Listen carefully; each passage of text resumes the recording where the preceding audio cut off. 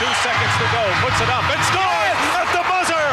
Oh, the man is out on the field. That's another knockdown. You're not getting up, Jim. Get up. You believe in miracles? Yes.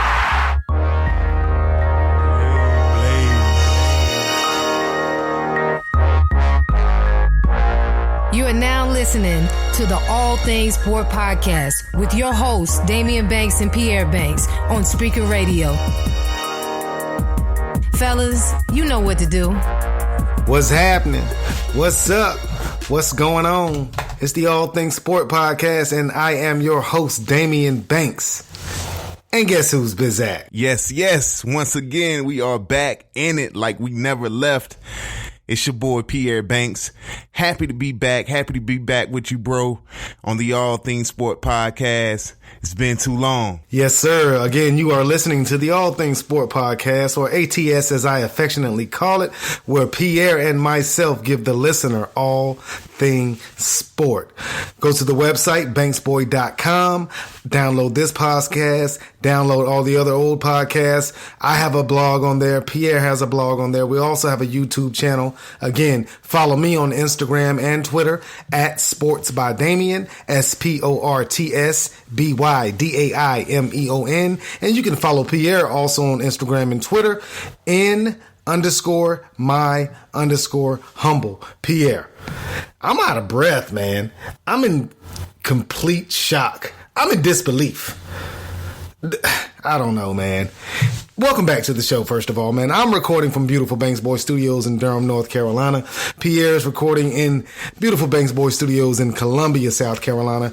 We just witnessed history in Super Bowl 51 or Super Bowl LI, and we're going to dedicate this entire podcast to the Super Bowl. I had delusions of grandeur before the podcast started that we were going to talk about so much more, but this game was ridiculous. So I feel like it's only right that we talk about the Super Bowl and the Super Bowl exclusively. Pierre, man, like Matt Ryan said in his press conference after the game, you know, he doesn't even have the words. Words can't even describe what in the entire hell just happened, man. Well, the Atlanta Falcons came out like a house of fire. In the first half, they had a beautiful game plan. It seems that the lost book bag with the game plan for the offense didn't affect them too much because, I mean, they came out, they sputtered the first couple of drives, but after that, I mean, they had that Patriots defense befuddled. They were going up and down the field, running the ball with regularity, even on the first couple of drives, and you thought that was going to be the difference because before you looked up, it was 28-3 Falcons. Yeah, Pierre, the first half was owned by the Atlanta Falcons. Now, the first few possessions, the teams traded punts. And, you know, it took them both a little while to get into the game. But when LeGarrette Blount fumbled, it seems that Atlanta used that opportunity to go on a run, man. And before you knew it, it was 21-0. And I was looking at the game in amazement because I've never seen a Tom Brady-led Patriots team play so poorly, especially, you know, in the Super Bowl. So when Atlanta took that 21-0 lead, I know a lot of people watching the game thought it was pretty much over. Usually when you have a 21-0 lead in football, it's very difficult to come back, man. And you got to give credit to the Atlanta Falcons, first of all, for taking advantage of the opportunities. Again, that LeGarrette Blount fumble led to their first touchdown. Tom Brady threw a pick six. I can't remember the last time Tom Brady threw an interception for a touchdown. Atlanta defenders. He had never done that in the postseason before. That was a first. Yeah, I mean, it was a tremendous first half for the Falcons, man. But as you know, being a ex-football player and myself as well, it's two halves, man. You got to play to the final whistle. And the Patriots did something that has never been done before. Overcame a 25-point deficit. They were losing at one point 28-3 to force overtime at 28. And then they won it in overtime. Congratulations to Billy Badass Belichick, Tom Terrific Brady. I guess you can congratulate President Trump, I guess, because he's a Patriot fanboy. Congratulations to number 45. Congratulations to their owner, Robert Kraft. Man, the Patriots just made history, winning their 5th. Wait a minute. What's that? Did you just say congratulations number 45? Is that your way of congratulating President Trump? Well, he's not a legitimate. I don't recognize him. He's not a legitimate president. I have people. Wow, I have investigators. I have investigators right now investigating things about him. It's going to be some pretty surprising stuff that you find out. The views expressed by Daimeon Banks are that of his and only his, and do not explicitly express the views of those of all of us here at Banks Boy Productions. Oh yeah. Appreciate that disclosure there, but congratulations to all the Patriots fan. My coworker, his son Savion, huge Patriots fan. Daphne, Merritt Hardiman, TJ Hardiman, they're huge Patriots fans. It's a lot of Patriots fans now since 2001 when Tom Brady took over. So congratulations to those fans. Again, man, great second half. The first half, if you're a Dirty Bear fan, if you're a fan of the Atlanta Falcons, you were partying, man. T.I., Big Boy, Outkast, Migos, anybody, DJ Drama, anybody who loves the Atlanta Falcons, the first half was your half. Second half, not so much. Yeah, first half, I mean, like you said, all Falcons, they came out, they had a game plan. The game plan was working to perfection. It seems like Bill Belichick, who is the master of the adjustment, just took a little bit longer in this game, being able to make those adjustments that, eventually won the Patriots the game. But in the first half, the Falcons were just able to run the ball efficiently. They were able to put the ball in the air when they needed to, and they didn't have to run that many plays on offense to do it. I mean, we were late in the third quarter and the Falcons had only ran 33 plays of offense and they were up 28-3. So that just goes to show you that young, athletic Atlanta Falcons defense did a well of a job coming out. They played man across the board with one high safety because they said, listen, we know you're the Patriots. We know you want to do those quick passes, those crossing routes, those short routes, but we feel like we have better athletes. And so they lined it up man to man across the board. It worked early. That speed on the edge for the Falcons and even up the middle, who, the Atlanta Falcons defensive line looked phenomenal in the first half and in parts of the second half.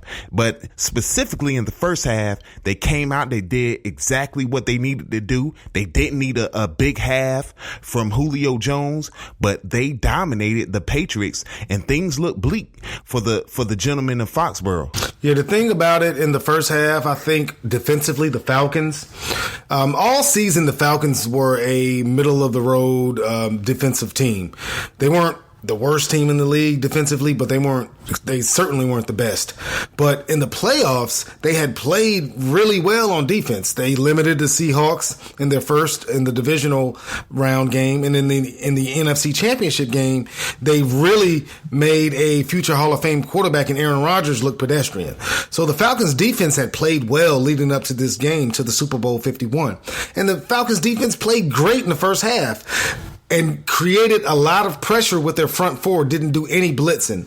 And they harassed Tom Brady in the first half. They sacked Tom Brady, and they made the Patriots, commit errors and mistakes that they usually don't do. And that led to a 21-3 halftime lead, much to my amazement and much to, I'm sure, to everyone watching the Super Bowl. And the second half, you would think and you would know that Bill Belichick and the Patriots and Josh McDaniels, offensive coordinator, they would be able to make some adjustments. And they were able to make those adjustments in the second half. We're going to talk about that a little bit we're going to talk about that in the second segment of the podcast. But again, the Patriots came away with the first overtime win in Super Bowl history. And most importantly, man, if you're listening to the podcast, if you're an Atlanta Falcons fan, I mean, the only thing that I can say to you is, I'm sorry for your loss. I'm deeply saddened not just Atlanta Falcons fans, though. It seemed, when you looked on social media, it seemed that if you weren't a New England Patriots fan, you were rooting for the Atlanta Falcons. I've never seen this many people not want a specific team to win just because of who they are, man. I have never noticed so many people hate the New England Patriots until the last 2 weeks. It's amazing. Well, I wasn't rooting for the Falcons, as you all know. And if you don't know, now you know, baby. I am a San Francisco 49ers fan. And being a San Francisco 49ers fan, I grew up with excellence. So I can certainly, relate to a Patriots fan, being that, you're used to seeing your team win Super Bowls and you're used to seeing people root against your team. I wasn't rooting against the New England Patriots. I just wanted to see a good game. And in the first half, it wasn't a good game unless you were a Falcons fan. In the second half, it certainly got very interesting and it became one of, if not the greatest finish in Super Bowl history. Absolutely. And then once the Patriots got into the second half, you saw that championship medal coming, shining through for the Patriots. They came out, got a great stop on the first drive. It seemed like they got a big punt return to put themselves in position to put some points on the board. Review came out, Julian Edelman stepped out of bounds a little prematurely, but you felt that the Patriots came out with the chip on their shoulder. They came out thinking, we are the Patriots and we've been here before, but didn't go according to plan the first couple of drives, though. Pierre, you know what happened. The extreme case of lemon booty was diagnosed, I believe, early in the fourth quarter for the Atlanta Falcons. They held a 28-3 lead. There is no way on God's green earth that you should blow a 28-3 lead in the fourth quarter. I mean, they were relaxed. There's simply no excuse. They were relaxed. There's simply no excuse for that. I say about 5 minutes left in the game. If you're an Atlanta Falcons fan, there's simply no excuse for that. I know that, you want to play, you don't want to, play willy-nilly with that lead, but you can't get too conservative. And I think that Kyle Shanahan certainly, his play calling got too conservative in the second half and mainly in that fourth quarter. So, again, Patriots fans, congratulations. Atlanta Falcons fans, you do what the Atlanta Falcons do, which is blow it. The Atlanta Falcons are the NC State Wolfpack of the NFL. But the major difference, I've said that on previous podcasts, the major difference between the Falcons and the Wolfpack, the NC State Wolfpack have won a couple championships. They've done it. The Falcons, you were right there. You could taste it.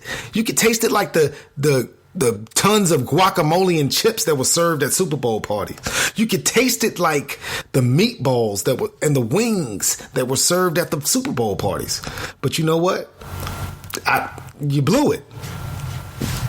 There's only two things to say. You blew it. You have to live with that. You have to own it. I wouldn't go so far as to say that Atlanta blew it, as they blew it. All the credit in the world goes to the New England Patriots, man. They were down 25, no doubt. Even when they scored and made it 28-9, and Gostowski, one of the greatest kickers in the game, hits the upright on the ensuing PAT. It just seemed like nothing was going right for the New England Patriots, but they kept clawing. They kept fighting. They've been there before. They showed that championship medal and they kept calculating. They kept pounding. They kept sticking to the script, and before long, scored again. Then they got that turnover that they needed. They had 2 turnovers in the first half. No turnovers forced of the Falcons in the first half. They were behind in that category. But in the second half, huge strip sack by the New England Patriots defensive line, which leads me to my next point. As good as the Falcons defensive line was in the first half, the New England Patriots defensive line was just as good, if not better, in the second half. And that was really the turning point in the game. As we said last week, as I predicted last week on the All Things Sport podcast, the New England Patriots defense would be the difference in the game. The Atlanta Falcons scored 28 points. 7 of those points came on a pick 6 from Tom Brady, a gift. So as high-powered and as vaunted as that Falcons offense was, the New England Patriots defense was up to task. And when it counted, the second half, overtime, they didn't even have to see the field. But in the second half, they showed up, they played big.